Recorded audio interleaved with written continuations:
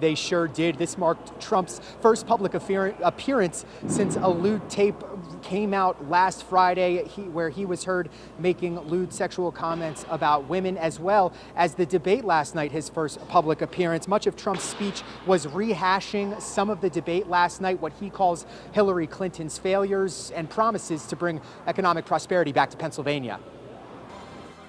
Trump was introduced today by former New York Mayor Rudy Giuliani, as well as Alabama Senator Jeff Sessions. This just hours after House Speaker Paul Ryan said he would no longer campaign for Donald Trump.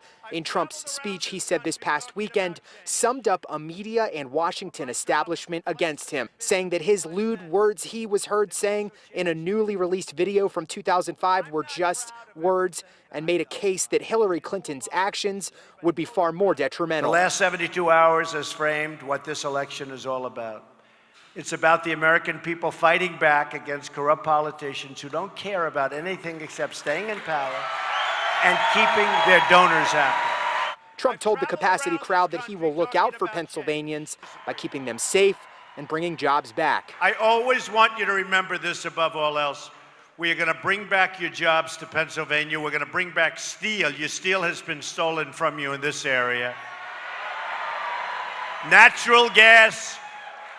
The EPA is killing you and killing your companies. Trump continued to hammer Hillary Clinton for her debate performance last night, saying she had no defense for information we learned in the transcripts of her Wall Street speeches and details in some of the emails that were released. But all crooked Hillary could do was talk about small, petty things last night. During the course of 90 minutes, she was exposed and her failures were exposed.